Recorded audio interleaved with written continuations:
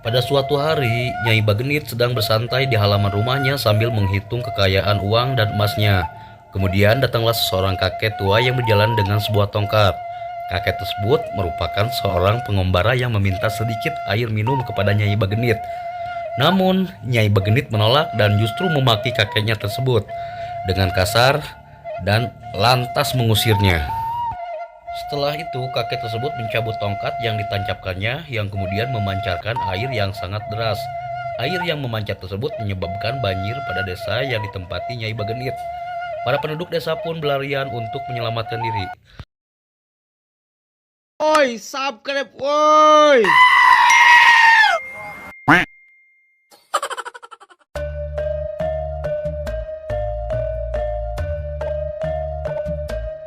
Halo semuanya, assalamualaikum warahmatullahi wabarakatuh. Jumpa lagi di channel ini. Apa kabarnya kalian semua? Semoga selalu sehat serta dilancarkan rezekinya oleh Allah Subhanahu wa Ta'ala. Nah guys, untuk konten kali ini kita akan menceritakan sebuah sejarah tentang asal muasalnya terbentuk Situ Bagendit. Nah, seperti apa ceritanya? Situ Bagendit adalah salah satu destinasi wisata favorit di Kabupaten Garut. Selain sebagai daya tarik wisata, situ yang berlokasi di Desa Bagenit, Kecamatan Banyuresmi ini juga menjadi salah satu sumber air bagi masyarakat sekitar. Baru-baru ini juga objek wisata Situ Bagenit melakukan pembaruan pada penampilannya. Para pengunjung dapat melakukan berbagai wisata rekreasi di Situ Bagenit ini. Di balik daya tarik wisatanya, Situ Bagenit menyimpan cerita legenda yang menarik untuk disimak. Dan kononnya, nama Situ Bagenit juga diambil dari nama tokoh utama yang ada di dalam cerita legenda ini. Cerita legenda ini juga disebut sebagai asal-usul terbentuknya Situ Bagenit. Selain itu, cerita legenda ini juga menyimpan pesan moral yang penting untuk diresapi. Berikut adalah cerita legenda Situ Bagenit dikutip dari situs resmi. Legenda Situ Bagenit. Pada zaman dahulu kala, hiduplah seorang perempuan kaya bernama Nyai Bagenit. Nah, guys, Nyai ini dalam kamus bahasa Sunda adalah nyonya atau nona. Nyai Bagenit di salah satu desa yang terletak di Jawa Barat. Nyai Bagenit ini hidup seorang diri dengan kekayaan yang sangat-sangat berlimpah. Dan konon katanya kekayaan ini dihasilkan atau diwariskan oleh suaminya yang telah meninggal dunia. Dari kekayaan yang dimiliki, Nyai Bagenit kerap merasa takut akan jatuh miskin. Hal itu juga sering membuatnya menjadi seorang yang kikir. Terlebih lagi, Nyai Bagenit memiliki perangai yang kurang ramah kepada warga sekitar. Nyai Bagenit akan berkenan membantu warga yang sedang kesulitan dengan catatan terdapat ganti bunga yang sangat tinggi.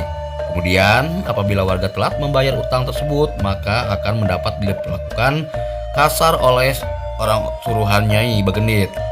Dan bahkan, Nyai Bagenit ini akan menyita sisa kekayaannya. Beberapa perangai buruk Nyai Bagenit pun membuatnya kerap tidak disukai oleh warga setempat. Ditambah lagi dengan sifatnya yang senang memamerkan harta kekayaan kepada warga sekitar. Pada suatu hari, Nyai Bagenit sedang bersantai di halaman rumahnya sambil menghitung kekayaan, uang, dan emasnya. Kemudian datanglah seorang kakek tua yang berjalan dengan sebuah tongkat. Kakek tersebut merupakan seorang pengembara yang meminta sedikit air minum kepada Nyai Bagenit. Namun, Nyai Bagenit menolak dan justru memaki kakek tersebut dengan kasar, lantas mengusirnya. Setelah diperlakukan tidak mengenakan, kakek tersebut merasa sedih dan kecewa. Kemudian ia menancapkan tongkatnya di depan rumah Nyai Bagenit sambil mengingatkan wanita kaya tersebut mengenai pelajaran yang akan diterima ke depannya. Melihat hal tersebut, Nyai Bagenit tidak menghiraukan dan hanya mengejeknya dengan tertawa. Kemudian ia pun masuk ke dalam rumah untuk meninggalkan kakek tersebut di luar. Setelah itu, kakek tersebut mencabut tongkat yang ditancapkannya, yang kemudian memancarkan air yang sangat deras. Air yang memancar tersebut menyebabkan banjir pada desa yang ditempati oleh Nyai Bagenit tersebut. Para penduduk desa pun berlarian untuk menyelamatkan diri. Sementara itu, kakek pengembara menghilang entah kemana. Nyai Bagenit pun terlambat menyadari kedatangan banjir dan lebih memilih untuk menyelamatkan kekayaannya. Akhirnya, Nyai Bagenit pun meminta pertolongan sembari membawa sekotak uang dan emas.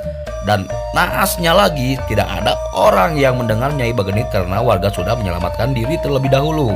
Nyai Bagenit pun tenggelam bersama seluruh kekayaannya dan banjir pun semakin meluap sampai akhirnya membentuk sebuah danau. Kemudian danau atau situ tersebut diberi nama Situ Bagenit. Dikutip dari beberapa sumber juga menyebutkan bahwa Nyai Bagenit berstatus seorang janda dengan warisan harta melimpah dari almarhum suaminya yang telah lebih dulu meninggalkannya.